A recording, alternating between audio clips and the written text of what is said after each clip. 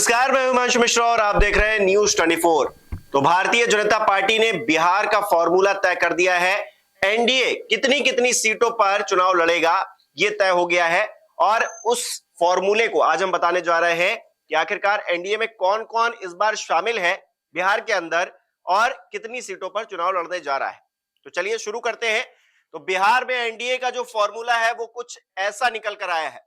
कुल लोकसभा की सीटें बिहार के अंदर 40 है, जिसमें से 17 भारतीय जनता पार्टी चुनाव लड़ेगी सीटों पर। पिछली बार भी आपको याद होगा 17 सीटों पर ही भारतीय जनता पार्टी ने चुनाव लड़ा था और 17 की 17 सीटें जीत कर आई थी। इसके बाद जेडीयू यानी कि नीतीश कुमार का दल, मुख्यमंत्री भी हैं बिहार के, वो एक सीट कम पर चुनाव लड़ रहे हैं इस बार। पिछली बार उन्होंने भी 17 सीटों पर चुनाव लड़ा था, लेकिन इस बार वो सिर्फ 16 सीटों पर चुनाव लड़ेंगे। आपको याद होगा कि वो पिछली बार एक सीट हार गए थे। 17 सीटें उन्होंने लड़ी थी लेकिन वो हार गए थे। अब उन्हें उतनी ही सीटें दी गई हैं जितने वो पिछली बार जीत कर आए थे। इसके बाद बात करते हैं एलजेपी आर की। एलजेपी आर यानी कि चिराग पासवान का दल, लोक जनशक्ति पार्टी रामविलास। आपको याद होगा कि किस तरह से पार्टी टूट गई थी, उनके चाचा ने पार्टी तोड़ी और उसके बाद वो केंद्र में मंत्री भी रहे, लेकिन इस बार उनकी कोई पूछ है नहीं।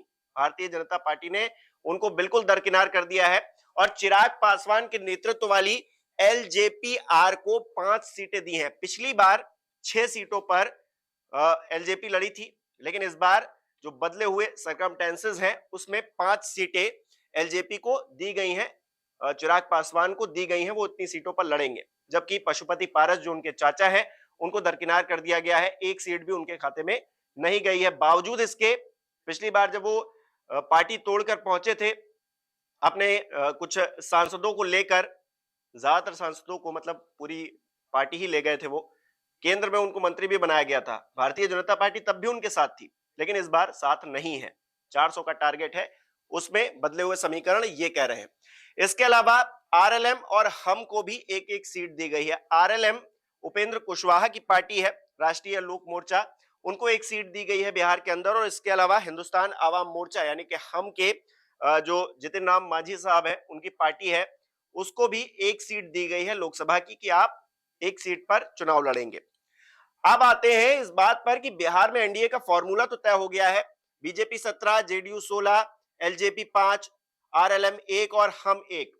कौन कौन सी सीटें हैं, किस किस के खाते में कौन कौन सी सीटें गई हैं, अब इस पर भी गौर कर लेते हैं। तो भारतीय जनता पार्टी जो कि 17 सीटों पर चुनाव लड़ने वाली है, उसके खाते में ये तमाम सीटें आई हैं। एक एक करके जिक्र करते हैं। पश्चिमी चंपारण, अररिया, सारण, पटना साहिब, सासाराम, पूर्वी चंपारण, दरभंगा, उजियारपुर, पाटलिपुत्र, औरंगाबाद, मुजफ्फरपुर, बेगूसराय, आरा, मधुबनी, महाराजगंज, नवादा और बक्सर। ये 17 सीटें हैं जिस पर भारतीय जनता पार्टी अपने उम्मीदवार उतारेंगे और देखते हैं कितने जीतते हैं और क्या रहता है। इसके अलावा जेडीयू की बात करें, नीतीश कुमार का दल, वो 16 सीटों पर चुनाव लड़ेगा। ये है 16 सीटें। वाल्मीकि नगर, सीतामढ़ी, झांझरपुर, सुपौल, किशनगंज, कटिहार, पूर्णिया, मधेपुरा, गोपालगंज, सीवान, भागलपुर, बांका, मुंगेर, नांदला, जहानाबाद और शिवहर। ये 16 सीटें हैं जिन पर जेडीयू अपने उम्मीदवार उतारेगी। जैसा कि मैंने पहले बताया, पिछली बार 17 सीटों पर चुनाव लड़े थे, लेकिन इस बार कॉम्प्रोमाइज करना पड़ा है क्योंकि पिछली बार 16 जीते ही थे। तो इस बार जितने जीते थे उतनी ही सीटें नीतीश बाबू को दे दी गई हैं। अब आते हैं एलजेपी-आर पर। चिराग पासवान का दल, इनको 5 सीटें दी गई हैं। कौन कौन सी? हाजीपुर, वैशाली, समस्तीपुर, जमुई और खगड़िया। ये 5 सीटों पर चुनाव लड़ेंगे। आरएलएम को, जो कि उपेंद्र कुशवाहा की पार्टी है, इसको एक सीट मिली है काराकाट की। और हम, जो कि जितिन राम मांझी का दल है, उसको एक सीट मिली है गया की। तो बिहार में एनडीए का फॉर्मूला कुछ ऐसा तय हुआ है जिसमें जो 40 सीटें हैं उसको बांटा गया है 17, 16, 5, 1 और 1 के अनुपात में। अब ये सीट बंटवारा तो हो गया है, लेकिन इसके बाद कुछ सवाल भी खड़े होते हैं। उन सवालों का जिक्र कर लेते हैं। सवाल ये कि भतीजे चिराग पासवान को टिकट दिया है, उनको सीटें दी हैं, लेकिन चाचा पशुपति पारस का अब क्या होगा? क्या वो बगावत करेंगे? क्योंकि पिछली बार उन्होंने दल तोड़ा और उसके बाद वो केंद्र की राजनीति में पहुंच गए, केंद्रीय मंत्री तक बनाए गए, लेकिन इस बार उनकी पूछ नहीं है। क्या वो इतनी राजनीतिक हैसियत रखते हैं कि वो कोई खेल भारतीय जनता पार्टी का बिगाड़ पाए, एनडीए का खेल बिगाड़ पाए? क्योंकि अगर वो बिगाड़ पाएंगे तो फिर इंडिया को फायदा हो सकता है, और अगर नहीं बिगाड़ पाएंगे तो फिर उनका जो राजनीतिक कद है पद तो अब जाएगा ही, क्योंकि अब दोबारा चुनाव होने वाले हैं, केंद्रीय मंत्री हमेशा तो रहेंगे नहीं, तो ऐसे में पद तो जाएगा ही, कद भी घट जाएगा और आने वाली जो सियासी भविष्य है उनका वो भी गर्त में चला जाएगा।